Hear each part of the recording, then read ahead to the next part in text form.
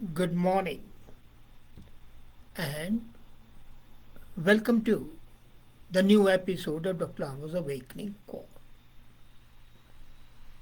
Can you believe that we live in a new world much different than in which our forefathers lived? And this world is marked by two things. Some call it a blessing, others call it a curse, but it is there, the reality. And one of them is increasing lifespan.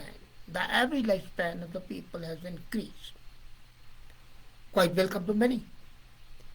But a still larger number of people are suffering from mental issues, tension, stress.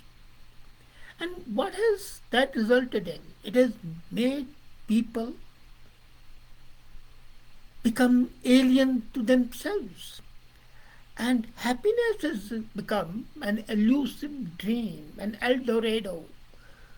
Just a dream which doesn't occur. And then with the stress, what happens? You start having dementia, Alzheimer's, forgetful, old age and stress, they combine together. But here the scientists have come up and I'm amazed that all what the doctors are doing are giving you, are doping you with chemicals.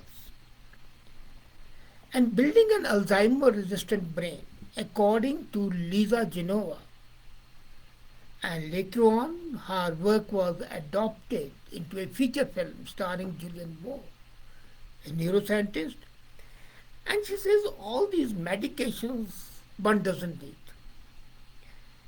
She explains the biological process behind Alzheimer and says that day-to-day forgetfulness is nothing, and that is why I call it a new frontier of knowledge because it concerns us. And the thing is that she says that easily you can build a brain which is resistant to Alzheimer and also build up happy hormones to keep you happy. So the first thing she says is sleep. Sleeping gives glial cells, the janitors of the brain, time to clear away the plaque that sets in the disease if left to accumulate. Now this plaque, like the plaque of the dents, has to be removed. And it's not removed, you can't brush the brain. So sleep is something which produces glial cells. They guard your brain, and when you're sleeping, they clean it and set the motion which would have started with a plaque is stopped. Along with that, she says adopt a diet full of green leafy vegetables, brightly colored fruits, berries, fish, nuts, beans, olive oil. And all of this would enable you to keep a brain which is healthy. Then it's not enough. Regular exercise, because that would reduce the chronic stress, a condition that inhibits the formation of neurons in making new memories. When you're stressful, your brain stops producing neurons and you need new neurons because then the new memories can be stored there. The old drive has become too burdensome. So some would be cleaned with sleep, some would be cleaned with Mediterranean diet, and exercise will help build new neurons. And then meditation, mindfulness, and being with people. Don't be lonely. Loneliness is the worst thing, and that can cause dementia, Alzheimer, and the number of people suffering from Alzheimer is increasing. And the last is perhaps the most important. Be cognitively active. Learn something new every day. Use your brain. So body exercise you build to build brain, neurons, but then you've got to use those neurons. You produce a child, but you get to nurse the child as well. Similarly, these neurons have to be nursed as well. So, you have got to do that. Sleeping, meditate diet, reduce stress by exercise, mindfulness, and learning something new. This is what the psychologists call cognitive reserve. Every time you learn something new, you are building new synapses in the brain. And these synapses would make the neural connections that will help you dance around the roadblocks in your brain. And your brain would be as young as it was ever. You see, any deleterious, harmful mental condition is a result of our stress, our not using the brain. Standing water stagnate. And if standing water stagnate, would the brain, which is not working, not stagnate? This means how young you are would depend on how you live. So this 5-part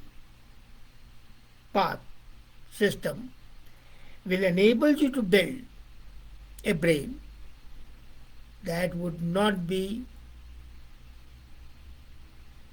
a victim of Alzheimer, that would not be impacted by dementia, and you shall be proud of that, and your social circle say, wow, this man is so capable. So adopt this if you want to have absolutely functioning brain. Then happy hormones. What happens? A happy brain. Now, you are building a brain which is resistant to change, but you have to keep it happy. Because if the brain is happy, then you would be spreading sunshine. You'll be welcome everywhere. Naturally, dopamine, serotonin, endorphin, and oxytocin, they are stress-fighting hormones, and doctors prescribe it. When you are suffering from dementia, they prescribe dopamine. You can't sleep, they prescribe serotonin, and then oxytocin, because you can't have pain. You have pain, so to relieve that pain. But then why eat the chemicals? Chemicals ultimately are harmful and they have side effects. And you can generate these hormones in your brain very naturally. You can boost them every day. These hormones are a type of chemicals your body makes. They trigger a feeling of happiness. And how you can do it? As a matter of fact, these chemicals, which doctors prescribe to you, you don't have to eat them. You can generate them inside you. And I was really impressed when I read this 3 days back. I was reading. And then I saw, wow, why is it that the doctors are not telling us this thing? First is dopamine. Dopamine is a chemical associated with motivation and reward. And that's why you feel annoyed, angry when you set a goal and you can't reach it. And you are angry. And when you reach the goal, you are happy. On the flip side, if you have low dopamine, and that happens when you are suffering from depression, and low dopamine later on causes dementia, then you have no motivation left. You lose interest in everything, and even you don't enjoy the things that you used to enjoy.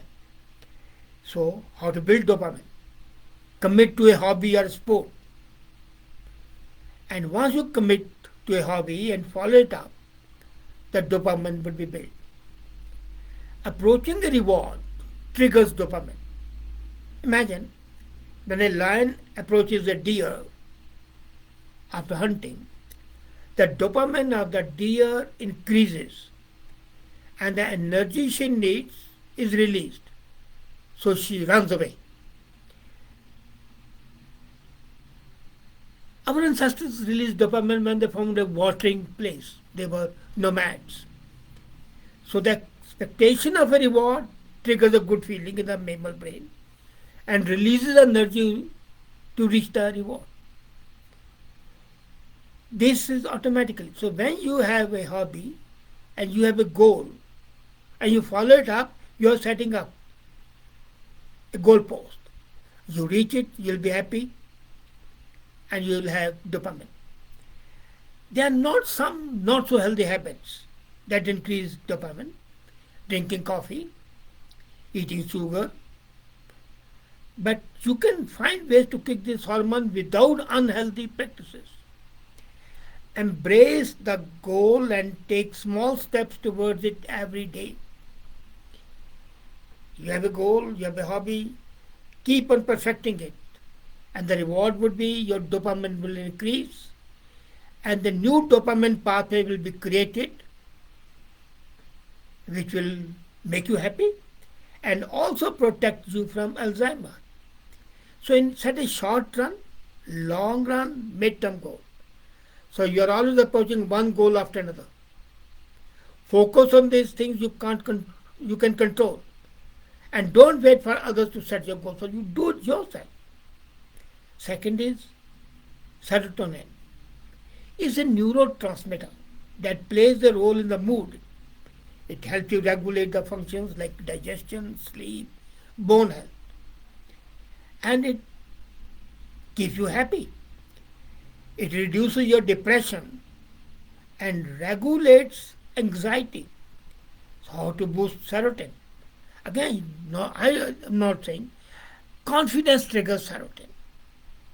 Monkeys try to one up each other because it stimulates the serotonin.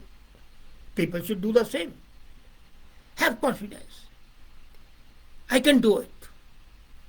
You have probably never thought about confidence on a neurochemical level. But if you don't prioritize confidence, your serotonin levels would dive down. So if you are trapped in a cycle of low self-esteem, build up your confidence. It may sound strange, but you need respect, you need status. So develop belief in your own work.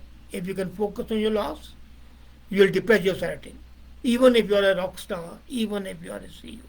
And that's why you can see most of the rock stars suffer from mental health because it's a show. They don't have the real confidence.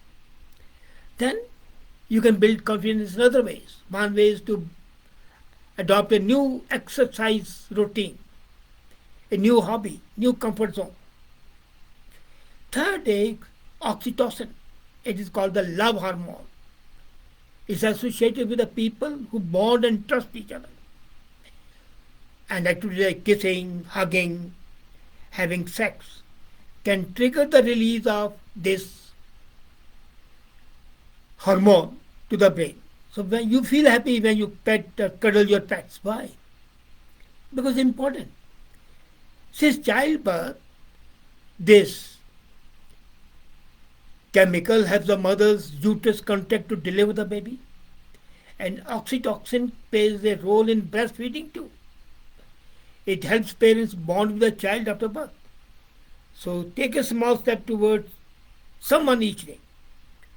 And you can boost oxytocin by being physically intimate.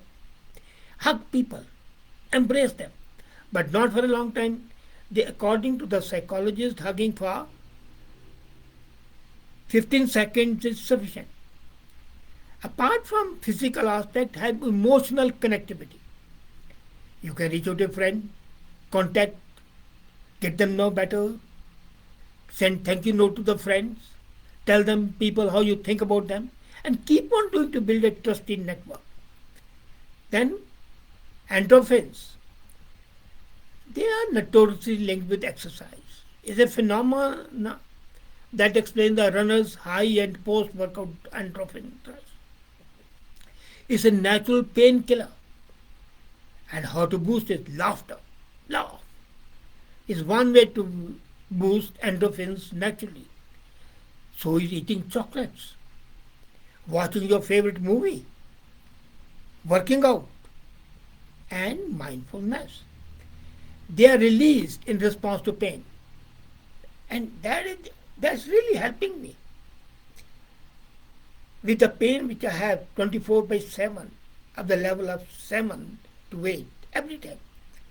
This is my capacity to absorb endorphins and create them. That is making me live. And the doctors are. So that doesn't mean that you've got to harm yourself by over exercise. No. There are ways, simple. Jiggle your innards in a regular way. Moderate wear and tear. Laugh. Laugh at small things. And you will have the happy hormones. So building Alzheimer-resistant brain and building happy hormones is what I saw in the new frontiers of knowledge. And I thought I must share with you.